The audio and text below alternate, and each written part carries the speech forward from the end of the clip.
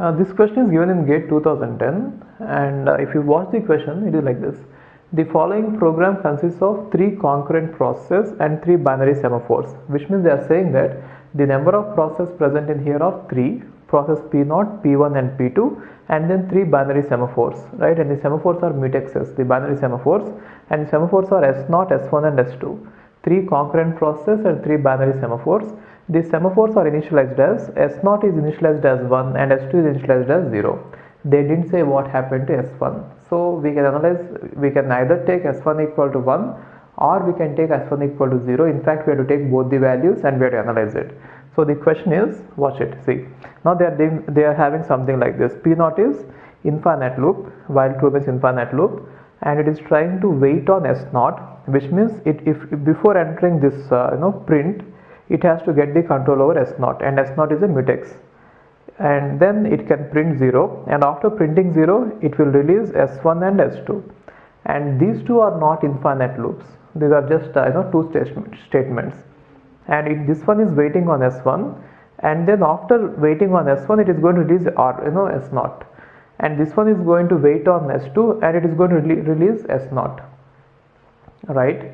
So now they are asking how many times will P0 print 0, which means this particular process P0, how many times will it print 0? That is what the question is. So we can analyze it in 2 ways. One way is assume that S1 is not given, right? Therefore one thing is you can assume that S1 equal to 1 first, and then let's see what happens, and then we shall assume that S1 equal to 0, and then we can see what happens. So just for the sake of understanding, let me write all the numbers here. 1, 2, 3, 4, and let me say this one is 1 and this one is 2, and 1 and 1 and 2, right? So these are the numbers. Now let's see what happens if I perform the operations on this in some order. Now let us assume that S1 equal to 1, right? So let us say P1 is running first. So P1 is running and it has run in the first line. It will not get blocked. Why? Because it is trying to wait on S0, and S0 is initialized as 1. So in this case, see, S0 is initialized as 1 and S2 is initialized as 0, right?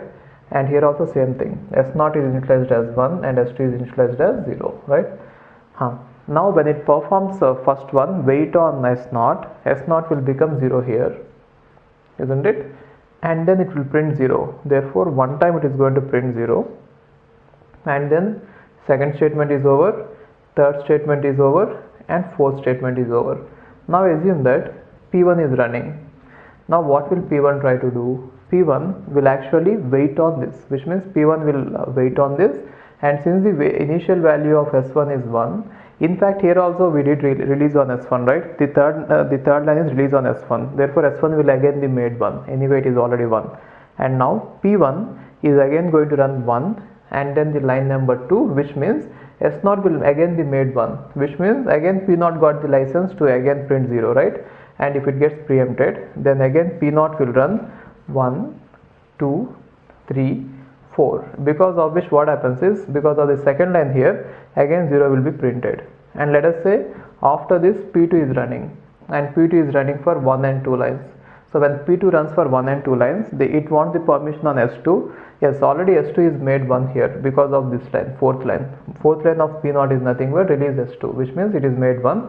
Therefore it will successfully pass that wait, and then it is going to do release on S0, which means S0 is again released, and therefore P0 will get the permission to run again down on S0. So again P0 will again get a chance to pass through 1, right, and then 2, and then 3, and then 4, which means again 0 will be printed one more time.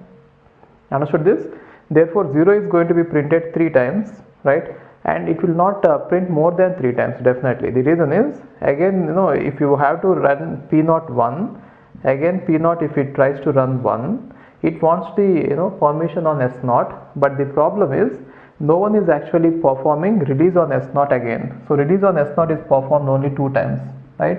And once P1 and P2 cannot be executed again further, you can be sure that P0 will not get any chance to pass through the line number 1. At this point P0 will get blocked. So only at most 3 times it is going to be printing. maximum 3 times, right? But then is 3 times always possible? That is the question. Let's see if there is any other sequence of execution in such a way that maybe 3 times is not possible. I'm just guessing. I'll just try it. See, here it is simple. If you watch the logic, initially S0 is 1, therefore always P0 will get a permission to enter this loop at least once. Got it? And next time if it has to enter, only way it could enter is when these two processes perform the release, right? Then only it can enter. But the problem is, what if this process performed the release once and immediately this process has performed the release once, then combinedly both are equivalent to performing release once, which means they are providing the permission once. See, it is like this. Initially if P0 gets into printing, that will be done once, and next time if P1 releases S0, right, then it will get one more chance, and then if P2 gets releases S0, then it will get one more chance. So totally it is supposed to get 3 times. That is the maximum number of times it could get a chance to print 0. But what could happen is, in worst case, one time it will try to print it, and then next time P1 and P2 will simultaneously execute one after the other, making these two releases one after the other without giving any chance for the P0 to execute. Then what happens is, these two releases are going to reflect as only one release, therefore P0 will get only one chance. Or even before P0 has got a chance to run, since since S1 here we are assuming that it is 1, this one will execute first, right? And therefore it is going to be already S0 is already released once, therefore it is going to give only one chance. Okay, I'll just, instead of talking like this, I'll just give you the entire sequence. What I mean to say is, assume that S0 is 1 and S2 is 0. Okay, now watch it. Assume that P0 is running once, which means 1, 2, 3, 4 are successfully run, and because of 3 and 4, S1 and S2 both will be made 1, fine, and 0 will be printed once. And now let us say P1 got a chance to execute, therefore it has performed wait on down, which means down on S1, this one is made 0, and then up on S0, which means S0 is again here S0 has already become 0, now S0 will again become 1. Therefore after 1 and 2 lines of P1, again P0 can execute line number 1 without blocking. But then assume that P0 didn't get a chance, but then P2 got a chance to run. Then if it runs line number 1, then S2 will be made to 0, fine, and then again line number 2, right, of P2, then what will happen is, again S0 will be made 1. Already it was 1, now it is again being made 1. Therefore combinedly these two releases have rewritten the same value as 1, which means one of the release is effectively lost, right? Then what happens, if P0 gets a chance, then it can enter one time definitely, 1, 2, 3, 4, right? Then what happens here, if P1 gets a chance, it is nothing but it will successfully perform the wait, and then it will print 0, fine, and then 3 and 4 lines are going to release S1 and S2. Even though it is going to release S1 and S2, fine, but then P1 and P2 are not going to run again. They are actually having only 2 lines. They are not present in the infinite loop. In case if they were present in infinite loop, then P0 would print 0 infinite times. But then since they are having only 2 times one time execution, even though you are releasing S1 and S2, there is no use further. Therefore only 2 times it can be run. So in best case you can get 3 zeros, in worst case you can get 2 zeros, and the same thing can be predicted even here. So one sequence is we can get 3 zeros, even if S1 equal to 0, then also we can print 3 zeros. How? If P0 runs from 1 line to 4 lines, right, then what happens, S1 will become 1 and S2 will become 1, and S0 will become 0, and a 0 will be printed.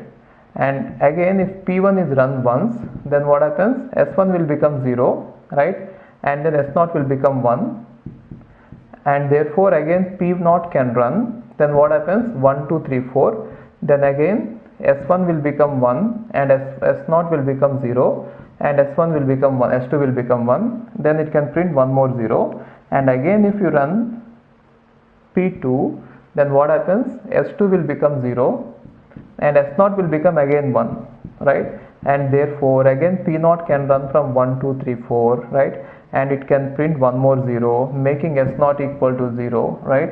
And that is it. And again it cannot enter the, even if you run P0 again, there is no release performed on S0, therefore it will stop there. Therefore only 3 is possible at maximum. Then what about the minimum? Minimum number of zeros that can be printed is 2. The same sequence can be followed. You can use the same sequence and prove that only 2 times it is possible to print this, which means initially P0 is run and then P1 and P2 are run successively, and then this one is run. So you can say that at maximum 3 is possible and minimum 2 is possible. Therefore if you observe all the options, so at least twice I think it is right, and exactly twice it is wrong, because it is not exactly twice. 2 and 3 are possible, and exactly thrice it is wrong, exactly once it is wrong. So only thing you could say is at least twice, and at most thrice. Actual answer is at least twice and at most thrice. Anyway, in the given options only possibility is at least twice. You can run it. Okay, you can run and check it. Fine.